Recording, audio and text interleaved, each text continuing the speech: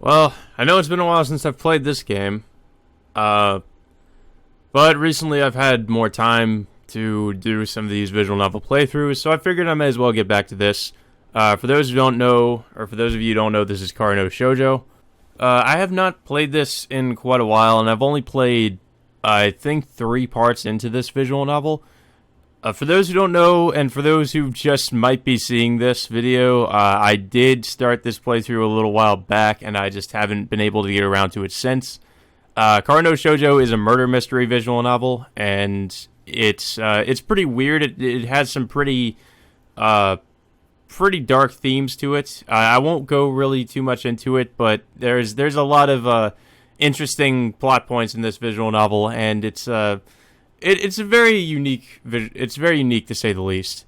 But there's not really. I don't want to spoil too much of the game, but it's very interesting. I decided to play this because I don't know if I'd say it's one of my favorite visual novels, but it's definitely up there.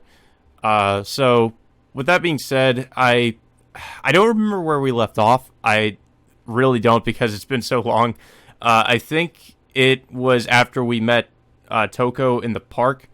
And then we saw one of the scenes of the murderer killing somebody in a very brutal way, very brutal manner. For the also just a little bit of a warning for those who are maybe just now joining and who haven't maybe seen previous videos. First of all, I would recommend going to watch the previous videos. Obviously, those are a little bit further back. I will create a playthrough for this game after uploading this, but this game is very graphic. If you are squeamish, you're gonna want to probably click off this video because this game is very brutal and graphic. So just be warned. And we're also about to get to, I believe, an investigation portion here because this game does have some interactive elements to it. But I won't talk too much about that. We'll see that when we get to it. We're about to get to it. It's dawn. I didn't sleep at all last night. That, at least, might have cleared away these painful feelings. It's a miserable way to wake up. The phone in the living room is ringing.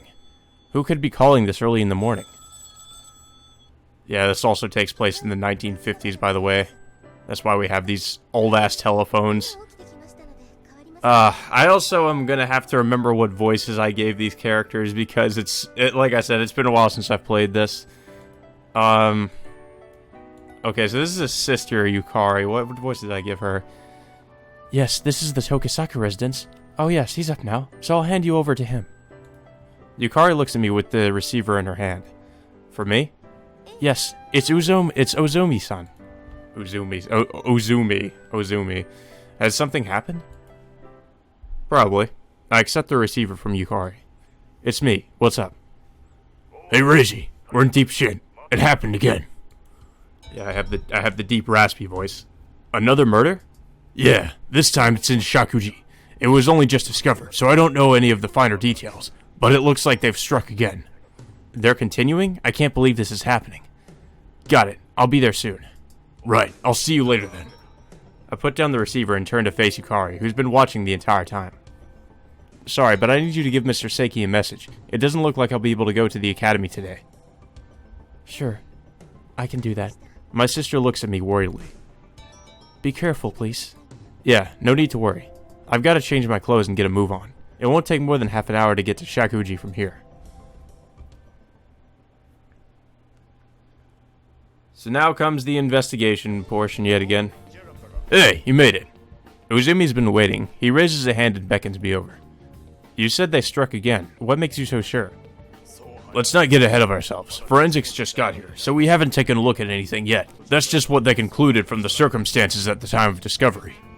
Another dismemberment? Nah, we've got a new MO.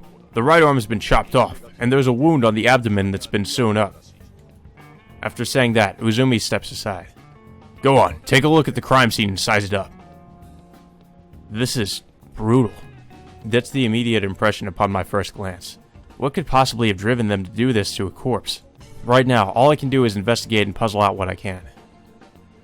Okay, well... also just a forewarning, or just, well, not really a forewarning, but just kind of a, just something of a disclaimer. I will be looking up a guide every now and then because It is very easy to fail in this game. It's very easy to fuck up something, especially during these investigation portions. So I will be looking up a guide, but I do know the first thing we should do here is examine the corpse. The corpse is draped with a black cloth. Was this put here afterward? I looked to a nearby forensic team member. No, it seems it's been that way since the time of discovery. I see. It doesn't look like the body's wearing anything under that cloth. It's a young girl. Oh, this is the girl that we saw that was chopped up in that one scene. I guess I should take a closer look. Up, zoom in. Oh, Jesus Christ, that's some nightmare fuel. All right, well let's check the face, see if there's anything to see there. The corpse's head has been twisted around so that she faces backwards. That's the creepiest part of this. Her eyes must have been put out. There are lines of dried blood running from her eyelids down her face. Ugh. God, this looks like it belongs in a fucking horror game or something. What the hell is this imitating? I have no idea. There's got to be some deeper meaning at work here. Is it the same reason why the leg was set on fire with the last one? It means nothing to an outsider, but these acts must hold great significance for the murderer. If they don't, we can't possibly explain why the killer's broken her neck in this manner. I'm trying to be really careful with this investigation because it's easy to like fuck something up, and just run out of time, or not run out of time, but if you investigate the wrong thing and you continue to do that, then it's going to basically, kick you out and be like, okay, you're done. I've had that happen to me in this game before. She's missing her right arm. The previous one was missing the left arm, right? Yeah, from what I see, they used the same weapon. Well, I can't say that for sure, but I'm guessing it was severed in the same manner. We haven't found the arm yet, have we? No. Uzumi nods. Well, the guide said check the back twice. I don't think there's anything on the... oh, okay, her legs. The corpse is seated cross-legged. I should take a closer look. Examine the legs, maybe? The corpse discovered at Inokashira Park was also wrapped in a black cloth. I wonder if this has a special meaning. Okay, so examine the back. Next it says we should examine the... Okay, we did examine the cloth. We should examine the face, too. I think... Did we already examine the face? All the same. Is completely twisting the head around like this even possible with human strength? I suppose it could be done, even without any knowledge of human anatomy. No, there's nothing else to the face. I don't think that I haven't investigated already. Okay, so we checked the cloth. We checked her back. What? Actually, did we check this? Yeah, this laceration running down her back. We haven't checked that yet. There appears to be a laceration on her back. I wonder what caused it. The cut is fresh, so it was likely made around the time she was killed. I don't think there's anything to see about the arm. It said to check the belly too, but there's nothing. We can't check her belly because she's not facing that way. Okay, that's just the face again. The arm, possibly? I should take a look at some other areas. No. Pretty sure we examined the cloth. Oh, okay. So, I guess if we just clicked on the abdomen, because I was trying to click around everywhere. I was like, where the hell did we not investigate? I lift up the cloth and inspect the dead girl's abdomen. Here we are. I look at the stitches to reaffirm what Uzumi said. The wound's been roughly sewn shut using thick thread, and inside, I'll probably find... Can we leave this one up to Natsume-san? Yeah, I think so. Alright, so I think that might be it. I don't know if there's anywhere else we haven't really checked. Well, it says we want to look at the belly twice. Or around maybe the abdomen. Oh, okay, we investigated the face again. What's this? As I look at that backward-facing face, I noticed something stuffed into her mouth. Uzumi, call one of the men over here. I'd like him to get that for me. I can't be carelessly touching things and getting my fingerprints all over. Hey, you, come over here a second. Did you call for me? Could you get that thing stuck inside her mouth? Roger that. With gloves on, the forensics guy reaches into the dead girl's mouth. It appears to be a scrap of notebook paper. There's something written on it. Uzumi peers down at what the forensics man holds. What? It's covered in handwritten script, reading, Of strange new pain I must make my verse, giving matter to the canto number 20 of the first canzo, which tells of those submerged. By now I was all eagerness to see what sights the chasm, bathed in tears of anguish, would disclose. I saw people come along that curving canyon in silence, weeping, their pace the pace of slow processions chanting litanies in the world. As my gaze moved down among their shapes, I saw into what strange contortions their chin and chests were twisted. Their faces were reversed upon their shoulders so that they came on walking backward, since seeing forward was denied them.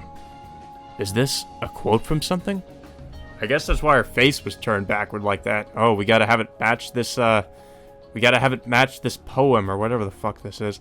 A poem of some kind? Faces reversed upon their shoulders, almost as if describing the state of this very corpse. This is something we should make note of. I think that's all I can get for now. I'll need to wait until the autopsy for more information. Alright boys, take her away. Uzumi barks a command to the forensics team. So, what do you think, Reiji? The MO is similar to the one at Tama Cemetery. The victim there was one Koizumi K. This corpse resembles her in far too many ways. The missing arm, the incision in the abdomen, and the strange positioning of the body. If it's the same killer, then your workload's increased. You cops need to get cracking yourselves. Ordinarily, this would never end up in a private detective's lap. First off, we need to confirm her identity. I think it'll be easy to figure out this time, since her face is mostly in one piece. Then I'll go to Natsume-san's place. She won't have finished the autopsy, though. I know. I'm just going to have a talk with her. Yeah, that'll be unpleasant. I arrive in Takanobaba via patrol car, right on the heels of the truck carrying the corpse. Alright, bring her in, boys. Natsume-san sticks her head out to fire off instructions at the policeman. Good morning, Natsume-san. Oh, morning. You're here too, Tokisaka-san. Yeah, there's something I wanted to ask you. Is that so? Then why don't we talk while I cut up this body?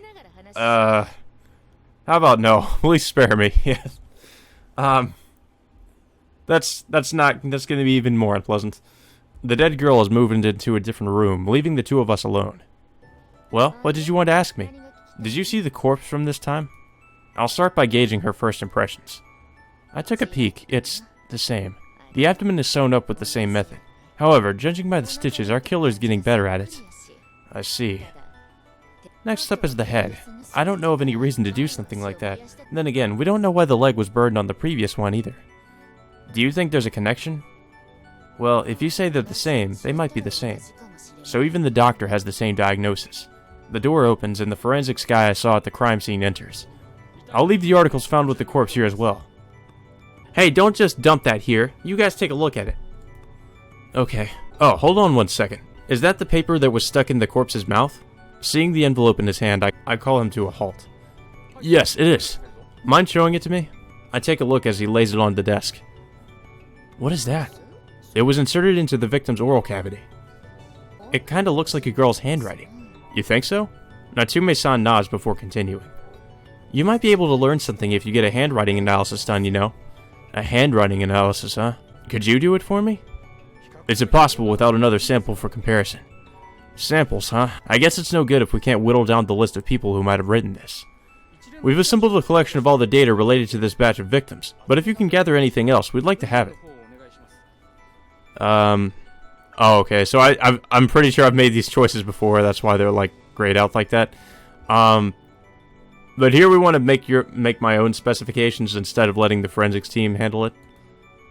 Well, I'll see if I know anyone who fits the bill. To begin with, deciding who you're going to get samples from would be best, right? Probably around 3 people would be fine. Pick some girls, okay? You're right. Oh, no. Okay, so here's where we're going to actually pick who might fit the description of somebody who would have wrote that note. So, obviously, I'm going to be looking at a guide for this. Like I said, guys, if I fuck this up, then we're going to be in for a ton of bad ends and dead ends before we actually get to the true ending of this game. There is actually a lot of bad ends and dead ends in this game. Okay, so I think Amamiya Hatsune and Nishizono Yui. Okay, so apparently it might have been Hatsune, Nishizono Yui. Who else was it? And Takashiro Kazuna. Oh, Kazuno? That was the, Oh, no, that's not her. Okay, that's somebody else I was thinking of. Maiden name is Kazuki. She's an actress. Currently, Takashiro Shugo's wife. Wait, why would... Oh, yeah, Kazuno. Yeah, she was from, another game called Cartagra. So, wait, would she have had a hand in writing this thing? I suppose these will do. Well then, I'll be hearing back from you tomorrow. I'll send it over to the forensics guys. Alright. I've got to meet all these people in question later. Even so, what the heck is this? This weird poem-y thing. It looks like Natsume-san's taken an interest in the odd writing. Faces reversed upon their shoulders. Isn't that how the corpse was left? That's right. Does it appear in any poetry collections? Poetry, giving matter to the canto number 20 of this first kanzo. It somehow sounds familiar. In fact, I remember seeing it somewhere. An old poetry collection. Of strange new pain I must make my verse. I think I read these phrases in a collection in my library. Well, it's time to go looking.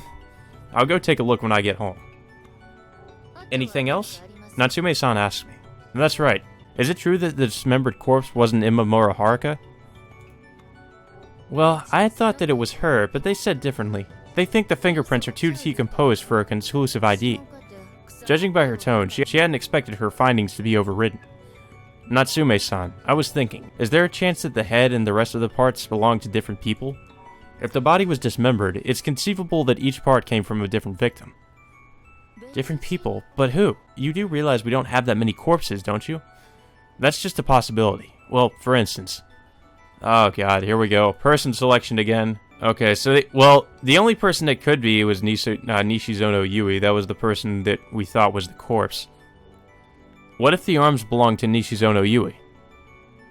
That's the girl who still hasn't been found, right? Natsume-san thinks it over. The head might also be hers. That might be true. The corpse is still with the forensics medical examiner, but I'll take another look at it. Thanks. I guess that's all we've got for now. Well, I'm going to go do the autopsy now, so you go follow up your own leads, Takusaka-san. I will. I'm sorry to impose on you like this. Oh, it's nothing. I'll have you return the favor later. Scary. I have no idea how she'll take advantage of me this time. Oh, she did that last time, too. If you know what I mean. Well, I'll be back. Never comes back. And that's the gist of it. Oh, there's Shugo. This is also another, this is the main character from, Cartagra. This is the game that takes place before this one. I might play that sometime if you guys want to see it. If you like this game enough. I don't know if there's a high demand for me to even play this game. This is messed up. I visit Takashiro at his office in Ueno to give him the rundown on the case details. I'm supposed to keep things confidential, but at this point I'm more interested in getting whatever help I can. Well, it was originally Natsume-san's suggestion. So we've got one dismembered, one with a burned foot, and one with her head twisted around. Are they all the work of one person? No, it's still unclear who dismembered the first one, though it's pretty much a given that the other two cases have the same culprit. So the common link is that all three involve young girls of the same age. Anything else? Anything else? Let me see. Oh, okay, evidence selection. I think it was the black cloth? Yeah, black cloth was one of them. Oh, okay, that's pretty much it. Yep, black cloth. Come to think of it, all the corpses were draped in a black cloth. In the first case, the arms were wrapped in one. The same goes for the buried corpse from the second case. And in the third, one was draped over her. Are they all made from the same material? Actually, I don't think I've looked into that. What could it be? Black cloth, black egg. What was that rumor I heard before? I flipped through my notebook. Yeah, the Black Madonna. I do remember this. If I can find it. Black egg, black cloth. The Black Madonna. Here we go. Keep a black egg with you. If it doesn't break, your wishes will be granted. But if it breaks, then the Black Madonna will come and kill you. Black Madonna, black cloth. There must be a connection. They're killed by the Black Madonna, and a black egg is inserted into the victim's abdomen. That's kind of fucking gross. If you think of it that way, then it fits perfectly. Their egg broke, so they were killed. Is the killer the Black Madonna? Isn't calling the Black Madonna the killer getting just a tiny bit ahead of ourselves? It might be a woman dressed in black. A woman? It's possible that the culprit is female. There were signs that the dead girl had engaged in intercourse, but Natsume-san ruled out a rape homicide. That leaves the door open for a female killer. A woman is certainly capable of chopping up a body. In fact, the police discovered a mutilated corpse in the Arakawa drainage canal 4 years ago. The killers turned out to be his wife and mother. Man, this takes me back, throwing around ideas like this with you. Out of the blue, Takashiro changes the subject. You're right, I thought I'd never see the day when we'd be doing this again. Since our time in the police force. Not since that case. I'd rather not talk about that. The abominable case, now 6 years past. Now, when I first heard about this case, I thought they were going to be talking about what took place in the previous game, Cartagra. But this is actually about something else. It's not actually, doesn't actually have anything to do with what happened in Cartagra, because Reiji actually isn't in Cartagra, which is pretty surprising. The one that claimed Yukiko's life. Oh yeah, the one that killed his wife. But from what you told me, they seem to resemble that Rokushiki case. Takashiro continues, undeterred by my warning. Corpses with the abdomen cut open, a piece of the body removed. It's just like back then. Takashiro, please, just drop it. I don't want to hear anymore. I don't want to bring up memories from when I lost Yukiko. It's like it only happened yesterday. Sorry. Takashiro falls silent. If Rokushiki Makoto is connected to these cases, I won't stop until he's brought to justice. He's the man that killed Yukiko. All we know about him is his name. If it turns out that he's within my grasp. Calm down, man. Let's concentrate on the case at hand for now, okay? Yeah. He's right, of course. But all the same, I can't unclench my fists no matter how hard I try. Time to follow up some leads. Where should I go first? Oh, no. This also has a lot to do with the endings we're gonna get. So, where you end up going when you can go somewhere actually does pretty heavily contribute to what happens. Okay, so first we should go to the academy. Oba Private Girls Academy. I've arrived at Oba Girls Academy. Seeing a familiar face by the gate, I call out to her. Hey there, Sato-san. Oh, Tokisaka-sensei. Ayumu bows. Ah, great timing, Sato-san. Could I ask for your assistance with something? What kind of assistance? The sexual kind. You don't happen to have anything with Nishizono-san's handwriting on it, do you? Yui's writing. I do have some letters I was exchanging with her, but... Upon saying that, Ayumu brings out an envelope from inside her bag. This is it. Will it help you find her? It's too early to say for certain. I understand. Please find her, Sensei. Ayumu bows. Yeah, I think it might be a little bit too late for that. Just trust me when I say that I'm doing everything in my power. Okay, I will. Are club activities taking a break today? No, that's not it. I'm not feeling too well. Oh, I see. Don't push yourself too hard. I will. Well, excuse me. Giving a quick bow, she walks off. Guess I'll get moving as well. Okay, where else can we go? Moon World. Coffee shop. Starbucks. Starbucks, eat your heart out. Oh, this girl. Ah, Tokisaka-san. Hatsune's cheerful voice welcomes me to Moon World. Hey, Hatsune-kun. Cleaning the front of the building today? I don't know. This also shows how much I understand the Japanese language, but I don't know why. I thought that kun was used for males, not females. So when I hear it with used in reference to a girl, it's kind of weird. But I do hear that sometimes, but I very rarely hear it. So whenever I do hear it, I'm like, is that right, or is she supposed to be referred to that way? Because usually it would be like san or chan if you're close to somebody, or if you're close to a girl, it would be like Hatsune-chan or something like that, I think. But then again, I don't know jack shit about the fucking Japanese language. She's using a hose to sprinkle water on the road. Yep, the weather's great today. So that's yeah. Without warning, the spray intensifies. Ugh, Hatsune-kun, your foot. You're slipping on the hose. Which one? Forget it. Just let it go. Yeah. What? It's not stopping. The hose's end flails wildly, while a panicked Hatsune runs about, trying to pin it down. Water rains down on me from above. Ugh. Not caring if I get wet, I grab the hose and point it in a direction where nobody's standing. I'm so sorry. Are you alright? Stupid question. She's soaked to the skin. Kyoko comes running out of the cafe, presumably due to the commotion. What's wrong, Hatsune-chan? Kyoko looks... Okay, well, she calls her Hatsune-chan. Kyoko looks at Hatsune, dripping wet and crying, and then at me, standing nearby with the hose. What did Tokisaka-kun do to you? Wait, Kyoko, this is a misunderstanding. Why are we having harem antics in this? It's so weird. Like, this is supposed to be like, you know, a serious, dark murder mystery, but then we have these fucking anime harem antics in this, too. It's like, oh no, I got this girl wet with the hose, and this other woman misunderstands, and she's going to slap me. Why would I spray her with water? Wet t-shirt contest. Anyway, you're going to catch a cold if you don't get changed. We enter the cafe, and Hatsune quickly vanishes into one of the other rooms. What happened? She got sprayed with water from the hose. That's what happened. You didn't do anything to her, did you, Tokisaka-kun? Why is she looking at us like that? Of course not. All I did was say hello. Hatsune-chan is a bit careless in some respects. You two make a good match. What do you mean by that? I'll have you know I'm a very meticulous person. Kyoko's voice wafts over to me, along with the aroma of coffee. Alright, I'm going to bring Hatsune-chan some hot coffee so she doesn't catch a cold. The door opens, and several customers enter. Welcome! Kyoko sets the tray with the cup in front of me. Sorry, Tokisaka-kun. Could you take this coffee to Hatsune-chan? I've got to attend to the customers. Oh, is this really going to be fucking important? Okay, so what did I do last time?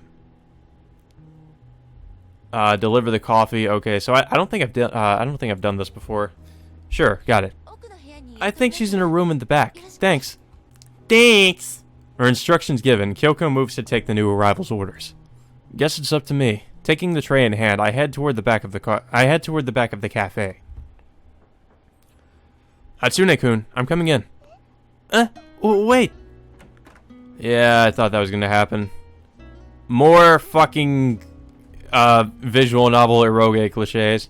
In the middle of the room is Hatsune, frozen in the act of changing clothes. Actually, no, this is more like an anime cliche. Oh, my mistake. Here's some coffee. It's from Kyoko, so you don't catch a cold, she said. I set the tray on a nearby desk. Okay. Okay, well, I guess if we choose to do that, we're greeted with that scene. Phew. I closed the door and let out a slow breath.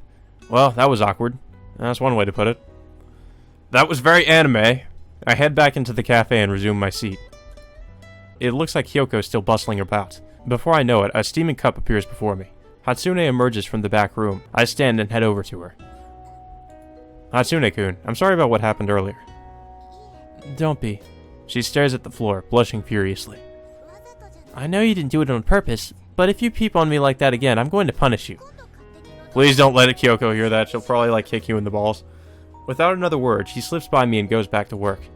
I didn't go there to peep on you, you know. Punish. I'd wanted to get handwriting samples from them, but I suppose it's not necessary. These two are hardly the sort to commit murder anyway. Yeah, I don't know why the hell they were even suspects in the first place. I'm home. I've been running around all day investigating the murder. Yukari must be worried. Welcome home, Nissan. As expected, Yukari comes running, her face a mask of concern. Hey, I'm back. You must be tired, Nissan. I've heated up the bath, so please go take one before dinner. I'll take you up on that offer. And then I can get in the bath with you, Nissan. Fucking weird brother-sister relationship implications here. After a relaxing soak in the bath, I change into a kimono and return to my room. I smoke a cigarette while waiting for dinner. Nissan, dinner's ready.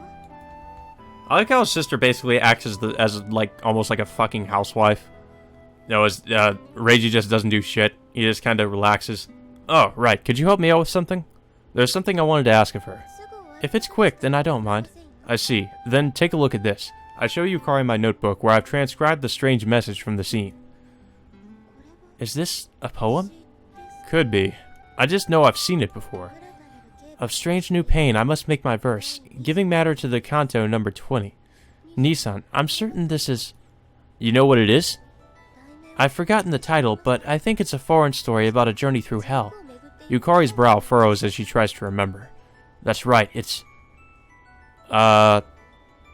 Akutagawa Ryunosuke's Hell Screen, Dante's Divine Comedy. I think it was the Divine Comedy. From what I remember, it was the... I'm pretty sure it was the Divine Comedy. Yeah, Dante's the Divine Comedy. Divine Comedy? Ah, that's right, it's Dante's Divine Comedy. That's right, if I remember correctly, the chapters are divided into cantos. Matter to the 20th canto, The Pain of Hell. I'll go check it out in the library later. Well, at least we know what it is now. They have a ridiculous fucking library. Fucking giant book in the middle. All these fucking books are all around. Like, why did they have this giant library in the first place? I guess maybe their parents were like archaeologists or just researchers or something. I eat dinner with Yukari, then enter the dimly lit library. After turning on the lights, I soon find what I'm looking for among the brown paperbacks lined up on the shelves. I take out a book wrapped in wax paper. Guess it's this. Dante's Divine Comedy. Of course, it would be familiar. Not only has it always been here, it's a book that I myself bought. I should have realized sooner. No use chewing myself out now. What comes first is reading and understanding this.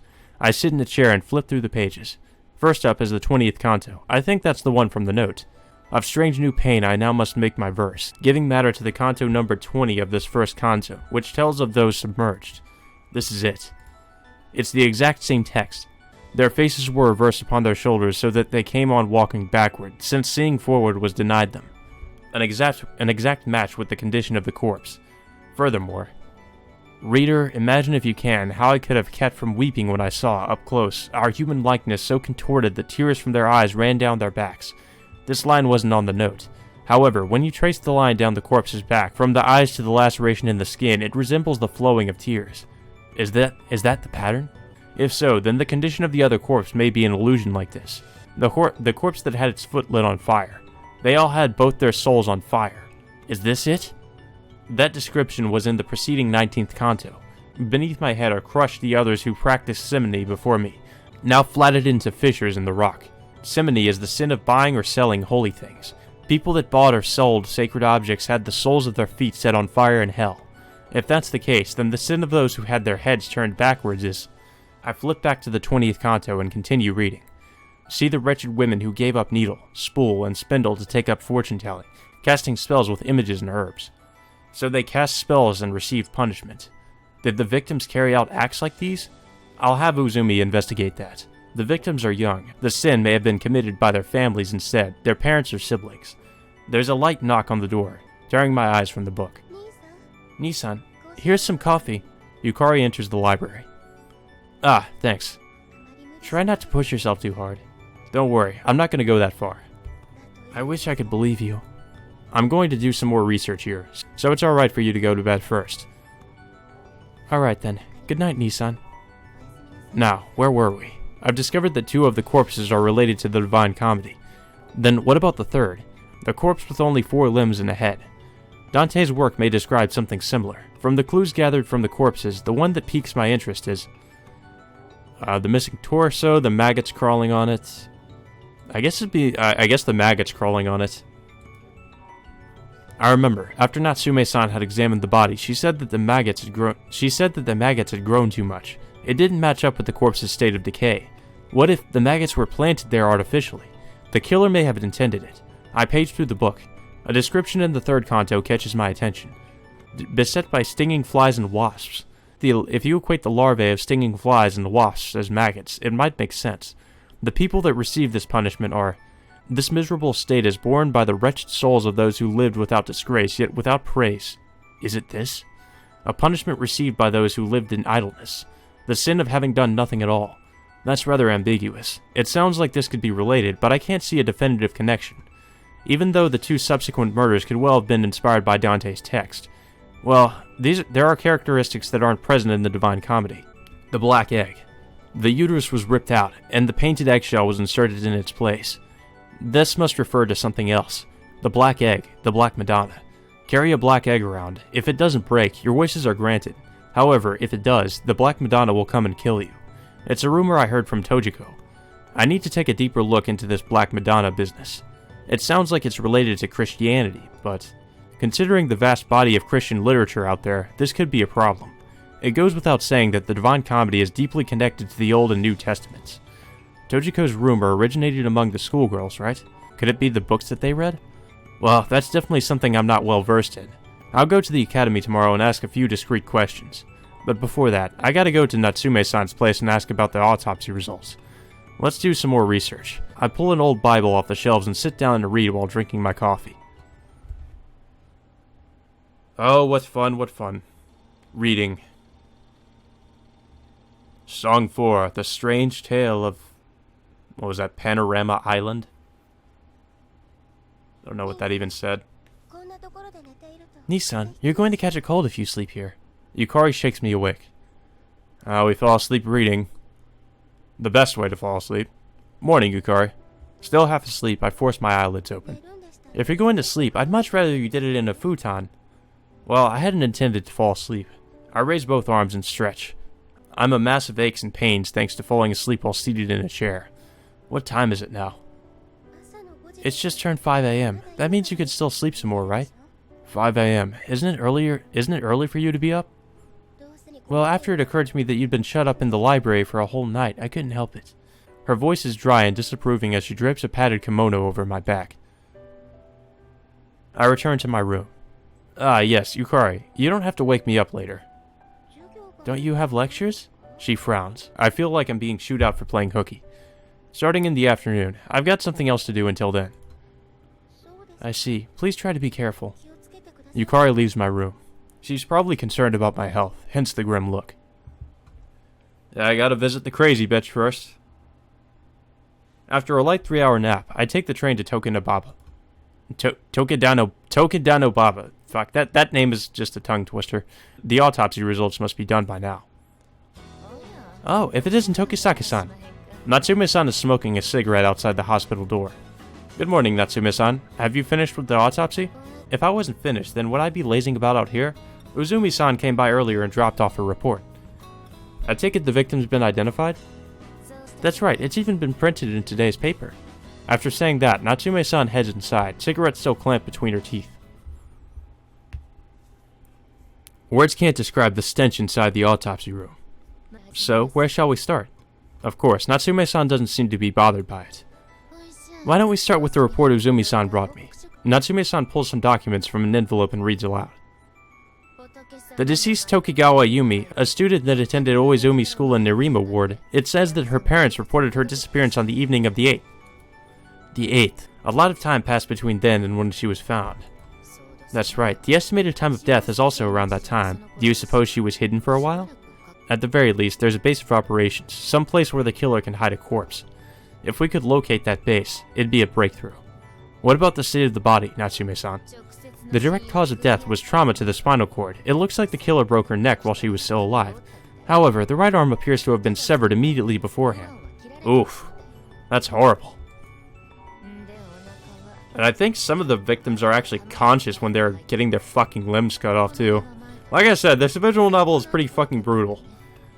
And as you predicted, there was a broken egg in her abdominal cavity, just like the previous girl. There are also signs that she was sexually active. However, there are also scars from the dilation of the cervical canal.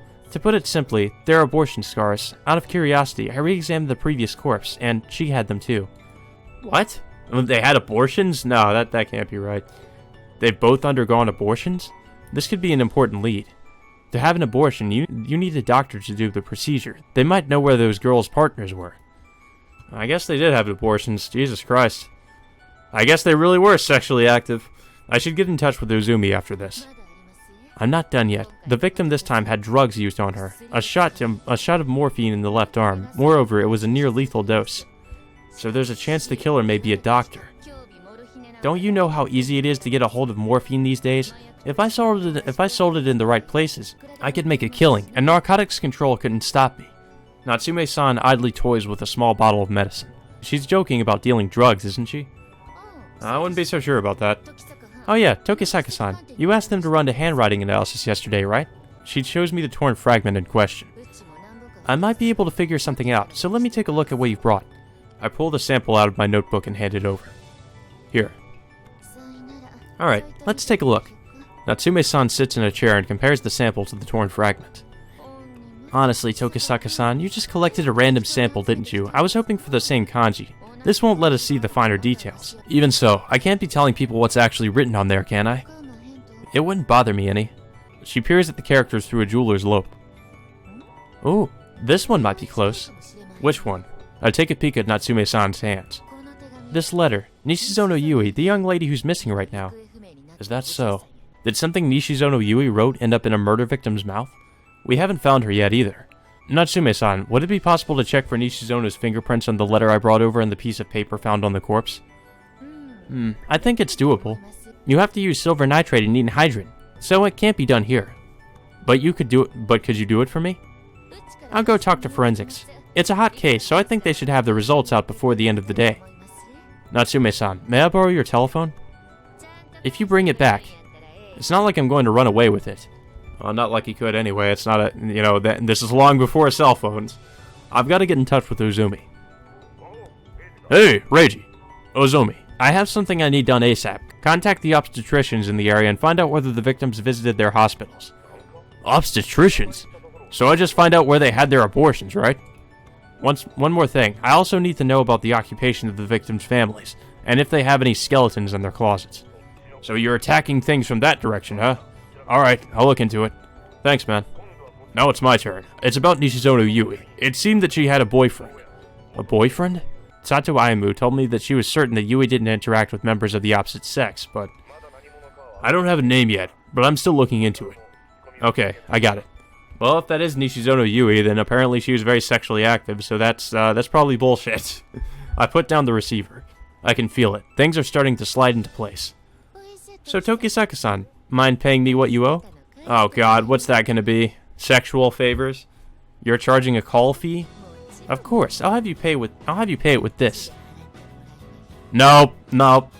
Skipping. Okay, so we skipped all that. I skipped a little bit too much, and I skipped a little bit too far ahead. That was a sex scene. Okay, so yeah, we're just gonna pick up from here. Does she honestly get confused that easily? Well, my Kyoto dialect has an American accent, you know. Alright, now you're definitely pulling my leg. Ugh. Yeah, there's actually quite a few sex scenes in this game, surprisingly. And we're obviously going to be skipping all of those, because none of them are really important. There doesn't really need to be any sex scenes in this game either. I just feel like they're added in just, well, because it's an eroge, so we need to have sex scenes. It's past noon by the time I reach the academy. Unsurprisingly, there are no students outside. Morning lectures should be over soon. The bell rings as I enter the building. The students filing out of the classrooms are as quiet as ever. Girls their age are being murdered, and the students from their own classes are vanishing. And yet, you never know it to look at them. The sound of a slap echoes through the silent hallway. What was that? I crane my neck to see a crowd gathering near one of the first-year classrooms. And at its center is... Tsukishima Orihime. It looks like she's confronting a first-year student. The girl is holding her face and crying. Orihime must have slapped her. Get a hold of yourself. Don't allow such meaningless rumors to lead you astray. Orihime scolds her, a stern expression on her face that I've never seen before. I suppose I need to put a stop to this. Come on now, calm down, Tsukishima-san. What happened? I pushed through the crowd to get to Orihime. Tokisaka-sensei, it's nothing at all. This girl was raising a fuss, and I was merely counseling her. Orihime replies with clearly forced calm. Doesn't slapping her seem a little extreme? You're right. I'm sorry. That was rude of me. However, whatever the circumstances, making a racket is unacceptable. After admonishing the girl, Orihime passes by my side. Tsukishima-san. What is it? Several steps in front of me, she turns around. This rumor of yours. There is no such thing. She cuts me off, turns on her heel, and leaves. Just a rumor, really? Whatever it is, it's clearly gotten under her skin. When I enter the faculty room, Vice Principal Seiki is sitting by the stove, reading the newspaper. Oh, Tokisaka-sensei, who puts down the paper and stands. I apologize for my lateness. Don't mention it. You've been busy, correct? Yeah, I've got something to talk to you about regarding that. I'll be devoting more time to the investigation from now on, so the days I'll be available to teach will decrease. I see. Have you discovered anything? I think we're going to blow it wide open soon. However, if I were you, I wouldn't hold my breath for good news. I pick up his newspaper from the chair. Reporters are speculating that the body found in Shakuji yesterday is related to the one from Thomas Cemetery. She's from a different school, but the same age. Yeah. Seiki doesn't ask anything else. Right, Seiki-san. Do the words black egg mean anything to you? Seiki inclines his head at my question.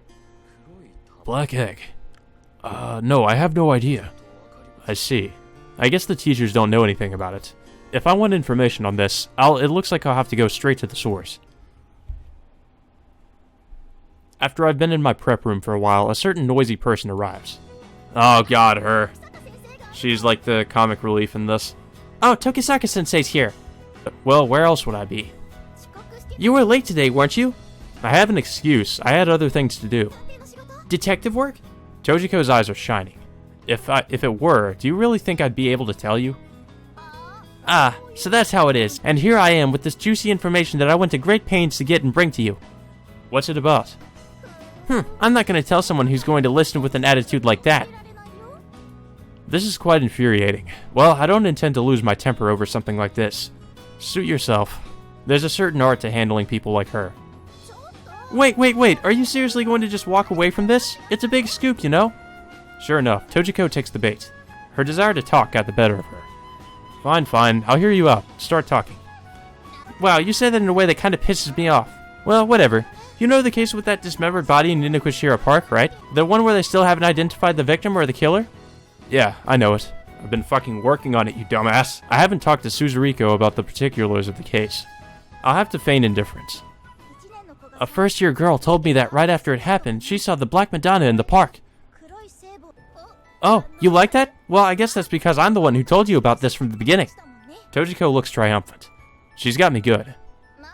Well, in the end, it really wasn't the Black Madonna, just a kid that was playing around with a black sheep. Wait a minute, Tojiko. My name isn't Tojiko.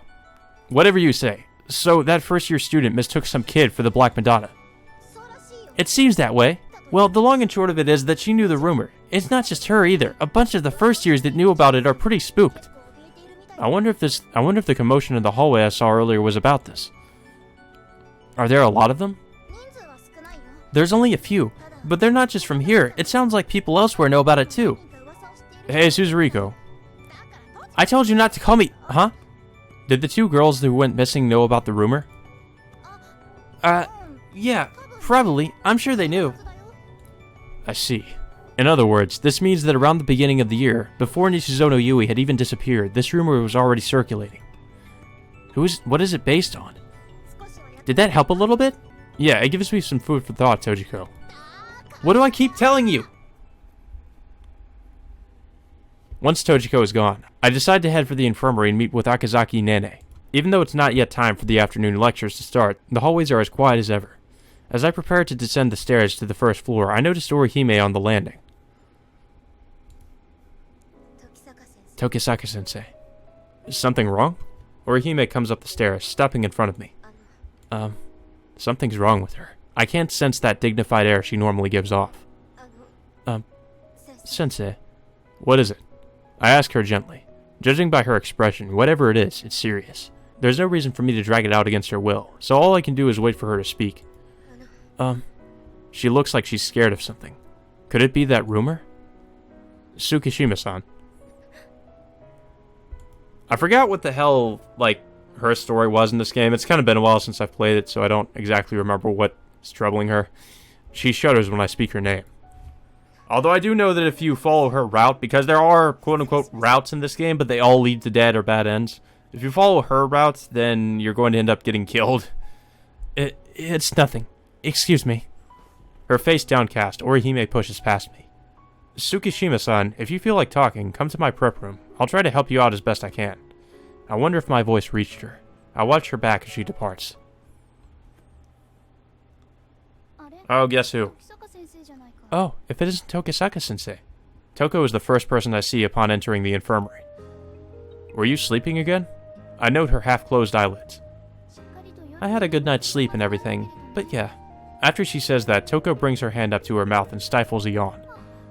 Phew, still sleepy. Guess I'll nap a while longer. Is it really okay to sleep that much? I suppose you have a point. Apparently changing her mind, she raises her head and rubs her temples. Ah, right. Aren't we going to the art museum tomorrow? You didn't forget, did you? Yep, Mamiya What's-His-Face's exhibition. So you really don't remember. It's Mamiya Shinzo. Toko laughs, correcting me. You've got no memory for things that don't interest you, Mr. Detective. Well, it's not like I forgot intentionally. But it's true that my interest level is low. I believe that in order to make a hobby out of appreciating works of art, you need to have a certain amount of composure. I don't have that, or even a sense of admiration for the paintings. The door to the infirmary opens, and Nene enters. Oh, if it isn't Tokisaka-sensei. What's the matter? I came here because I had something I wanted to ask you. Me? She glances at Toko out of the corner of her eye. I can see I'm the third wheel here. Well, Tokisaka-sensei, I'll be counting on you tomorrow. Toko lightly pats me on the shoulder on her way to the door. Well, she's quite frank today. Is she always coming here to rest? She's been coming over a lot recently. It seems that she comes here and takes light naps here during breaks. I guess she's got something wrong with her body. Well, it could be. You're the school nurse, and you don't know her medical status? Yeah, I'm sorry. There's a lot of things going on when you're that age. For a second, her expression turns apologetic. So, what was it that you wanted to ask me? Right, it's along the lines of what you just said, regarding Nishizono Yui and Imamura Haruka. I'd like to show you their medical records. Even if you're on the case, it's not something I can just show to a man. Bitch, I've seen the naked bodies of females, and also the fucking, severed, with their fucking limbs severed and all this shit, and you're like, oh, I just can't show that to you because you're a man. It's like, go fuck yourself. What do you think our occupation is? The information in there is critical. Please, there's just one thing that I need to check. What would that be? If they got pregnant, and if they had abortions. I have a feeling that this information is key to cracking the case. That's the single hardest answer for me to give. Even so, it's important. This is kept strictly confidential, you understand? Do you realize how much this place cares about its appearance? In spite of her words, she seems to have given up and pulls some documents from a drawer. Nishizono-san and Imamura-san. Well, it's exactly as you suspected. Both became pregnant, and both terminated the pregnancy. What hospital did they go to for their abortion surgery? The Kuchiki Pathological Research Institute in Nakano. Kuchiki-san's grandfather is the director of that place. What? I remember Toko and her uncle Fumiya mentioning that her grandfather manages a large hospital in Tokyo. But why is it tied to the academy? The resident obstetrician is Dr. Yamanochi. I have her come here for the periodic health examinations as well. Akizaki-sensei, I'm sorry to impose, but could you contact Dr. Yamanochi? Please? I'd like to have a talk with her right now. Sure, I don't mind. She's probably at the hospital. Thanks. After leaving the infirmary, I go to the faculty room and tell Seiki that I'll be leaving to continue my investigation. Oh, this motherfucker. I won't say anything about him, but I'll say I don't like him. Oh, Tokisaka-sensei. Kusaka, seated in front of the stove, calls out to me. Kusaka-sensei, is Vice Principal Seiki around? It looks like he just left to go to the bathroom, but I think he'll be back soon. After saying that, Kusaka takes some medicine from a small white paper bag and pops it into his mouth. Got a cold?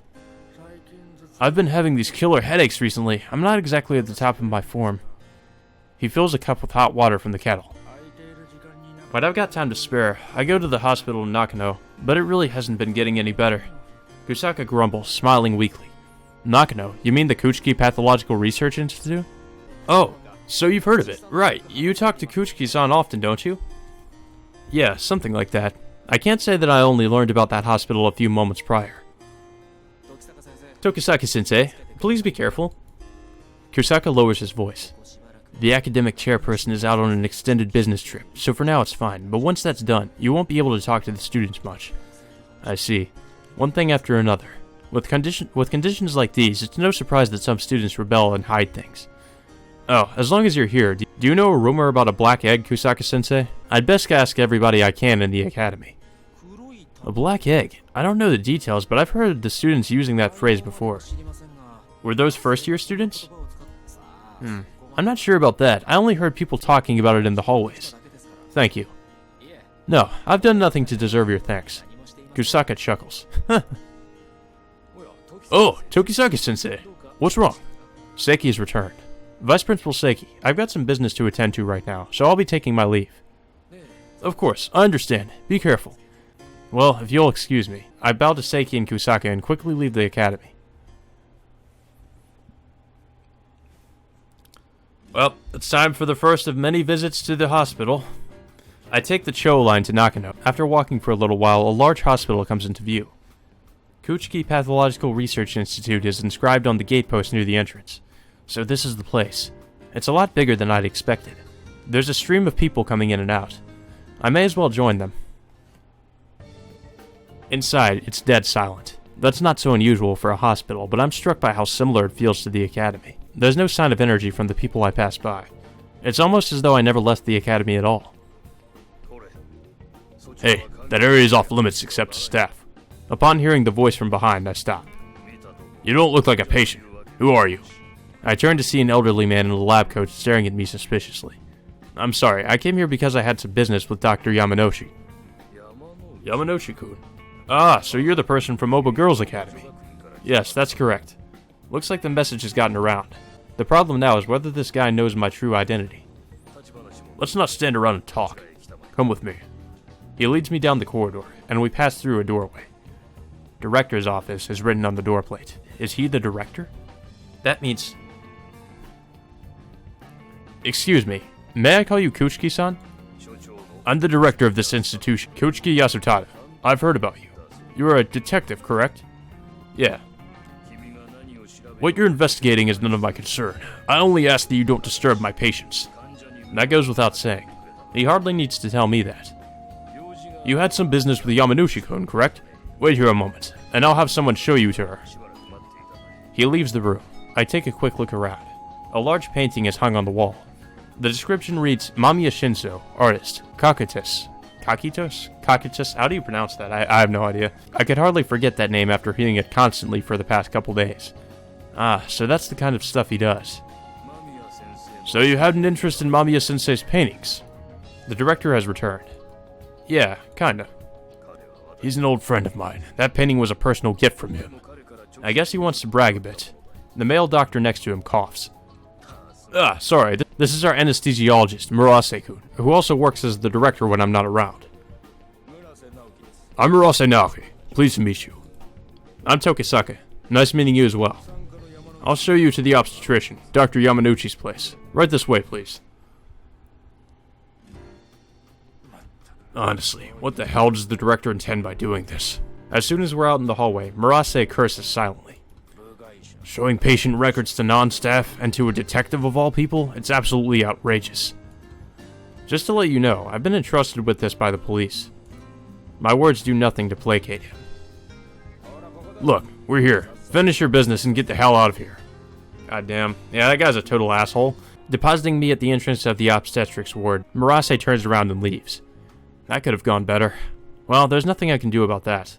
It's natural for detectives to attract scorn, since they dig up other people's personal information. Excuse me, is this Dr. Yamanochi's office? Yes, it is. The woman who emerges gives me a doubtful look. My name is Tokisaka, and I've come here from Oba Girls Academy. Right, you're the one who said he wanted to discuss some students. I'm Yamanochi Koharu, and I'm the resident obstetrician here. Koharu bows deeply. I know this is sudden, but I'd like to get straight to the point. Is it true that this is where Nishizono Yui and Imamura Haruka had their abortions? Yes, that's correct. Their procedures were performed here. She doesn't sound happy about it. I don't know who'd be happy about performing abortions. There's been a lot of them recently. I just got a call from the police regarding teen pregnancies. From the police? Did they ask about the two murdered girls, Kozomi Kei and Takigawa Yumi? How do you know about that? It wasn't that long ago that I asked Uzumi to look into it. He really moved fast. I asked them to do it. I had a hunch they'd find something like this. I see. Well, I'm certain those two also had procedures done here. However, don't worry. I don't think this place is involved with these murders. Is that so?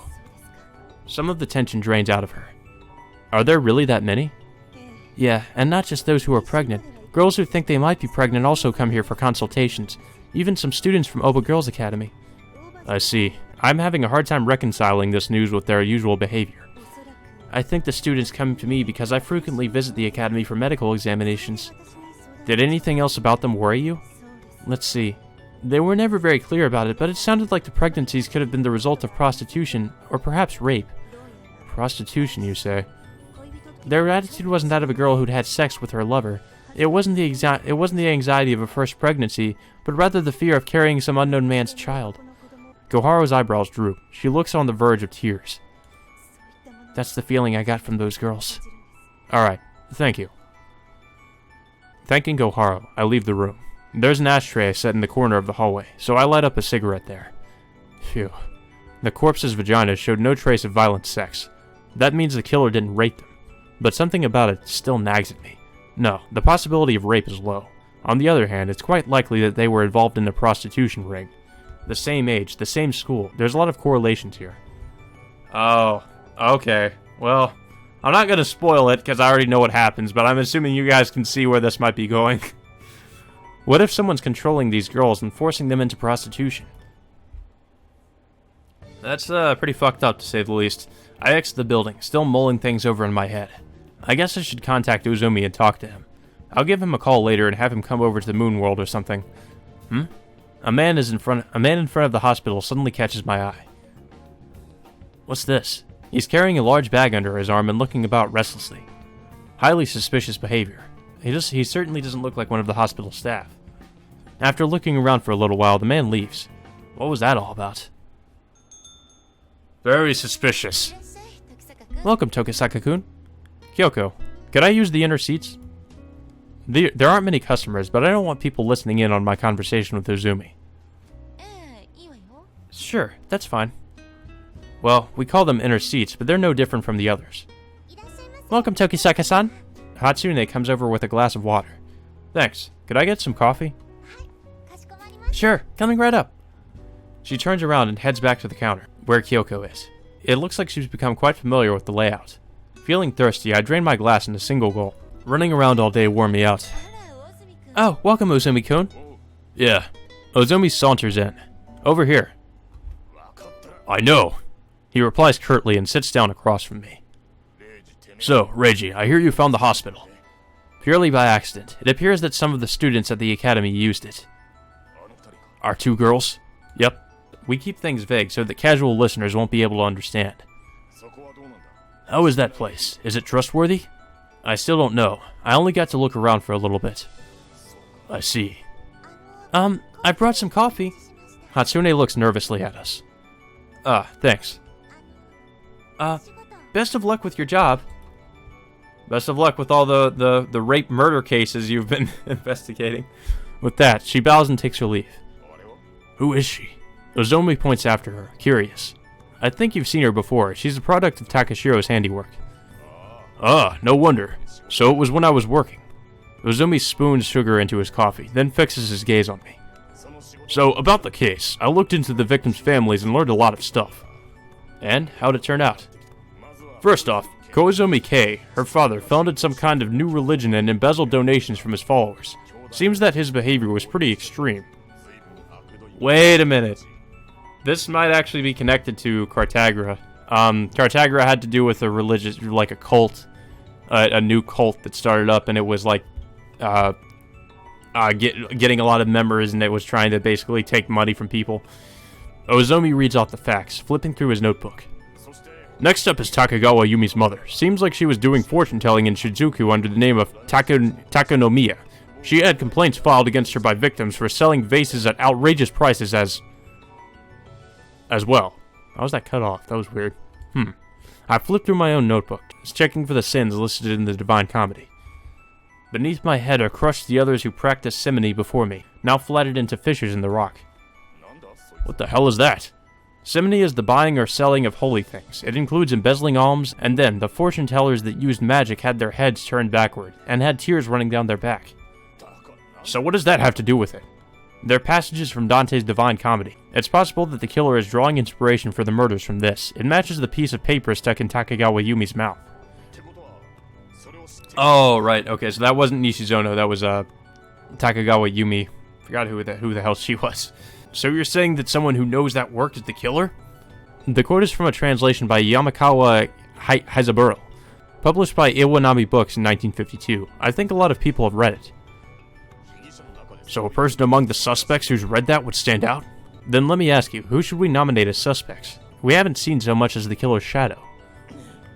Well, that's what we're searching for at the moment. That's if we can identify a single suspect. Well, it's not like we don't have any options. I told you this morning that Nishizono Yui had a boyfriend, right? I found out his name. It's Mori Yoritsuki, and it appears he's a photographer. A photographer? Can he make a living off that? Lately, it seems you can. There were guys taking photographs on the battlefront, right? You can make money by taking the good ones to the newspapers. Uzumi lights a cigarette. So, he was witnessed taking Nishizono Yui's picture on a number of occasions. Could it be just a simple photographer-subject relationship? Well, I wonder about that. Word is that they had a laid-back mood about them, but we won't know until we look into it more. I still haven't met the man himself. Having said that, Uzumi takes a small photograph from his notebook. I almost forgot. The magazine company he's a correspondent for said that he's going to the art museum in Ueno tomorrow for work. Well, hey, that makes our job easier. We're headed there ourselves. Hey, Uzumi. My eyes are fixed on his photo. This guy, I just saw him. It was the man who was loitering in front of the Kuchiki Pathological Research Institute. Did you talk to him? No, I saw him from a distance. Why was he there? A coincidence. No, even if it were. We should catch him tomorrow and squeeze him for information. Oh, right, I just happened to be going to Ueno tomorrow. To Takashiro's place? Nope, the art museum in question. Leading around some students. I'm surprised you've got the free time to do that. Well, it's not strictly pleasure. It also involves another case I'm working on. I think of a black-haired girl who talks like a boy, using her as an excuse for Uzumi.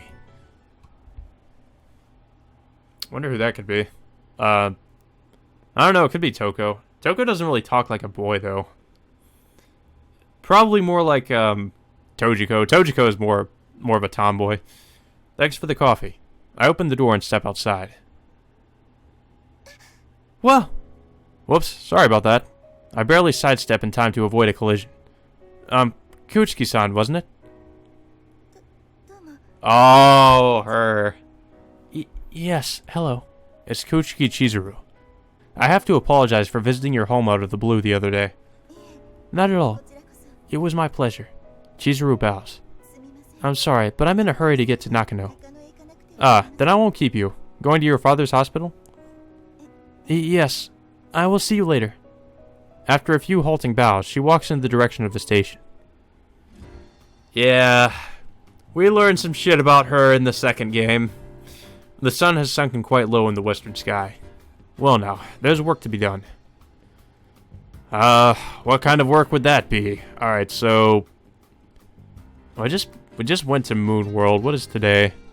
I don't know if today is March the 13th. I guess we're going back to Moon World. Oh, Tokisaka-san, did you forget something? Why are we going back here? Hatsune looks at me curiously when I return to the cafe. Is Oizumi still here? Yes, he's over there. I see his bulk hunched over the counter. Busy as he is, you'd think he'd have left by now. Would you like me to go get him for you? Nah, I don't really have any business with him. It looks like that rascal is trying to put the moves on Kyoko as usual. Then again, who am I to judge? I'm using my precious free time to spy on him. Right. She evidently doesn't get what's going on. Tokisaka-san, there's something I wanted to talk to you about. Timidly, Hatsune calls out to me. What is it?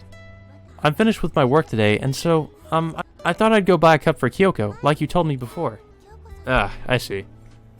And, I don't know much about that stuff, so if you could go with me, I'd like you to come along, but... Well, what should I do? Oh, God.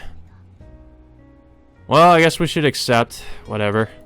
We don't really have much of a choice here. Sure, of course I'll go with you. That's what I said to begin with, anyhow. Thank you very much. Her expression lights up. She really lets her feelings show up on her face. She's nothing like the girls from the academy. She's got that she's got that liveliness about her. Well, I'll go get changed, so please hold on for a bit. Can I peek again? Hatsune vanishes inside the store. What are you doing, Reiji? Trying to cheat on me? My eyes suddenly meet with Kyoko's. Oh, Tokisaka-kun. Going on a date with Hatsune-chan? Don't be ridiculous. I'm just accompanying her while she's shopping. Really? What's she going to buy? I maintain a stoic silence in the face of Kyoko's teasing. There's nothing wrong with saying we're off to buy a cup for her, but that's something Hatsune should say herself. Hatsune returns in short order. She's exchanged her apron for a coat. Alright, Kyoko-san, I'm heading out for a bit. Sure, have a safe trip, but remember, Hatsune-chan, all men are monsters, so watch yourself. When did Kyoko become a feminist? That's not true! Hatsune blushes furiously. Next to her, Ozomi wears a decidedly sour expression. Hey, don't glare at me. So, the stores in front of Kichijoji Station should be fine, right? Sure, I'm not too familiar with the stores, so... You know, I don't really know anything about those kind of fashionable stores either. If possible, I think it'd be nice if I could get the same cup. I've brought it along, even though it's broken. In her hand, she carries a small bundle wrapped in her handkerchief. Fair enough. Let's browse a few places and see if we can't find the same one. Okay, thank you, Tokisaka-san. And we find nothing. That's it. We couldn't find it, huh? Well. Yeah. Hatsune walks along next to me, her shoulders slumped in dejection. I guess they don't sell it anymore. The cup's not that old. We can probably find it if we keep at it. Is it alright if we keep looking a bit longer? Yeah, of course it is. If it's come down to this, I guess I've got no choice but to stick with her to the end. Oh no. Dear me, if it isn't Nissan. Are you on a date, Nissan? Are you cheating on me too? Yukari appears, a shopping bag in her hand. Ah, Yukari, buying stuff for dinner? Yes, I was thinking of making stew. And who might this be? Yukari's looking at Hatsune curiously. I guess it's the first time you guys have met. She's Amamiya Hatsune-kun, and she works at Moonworld.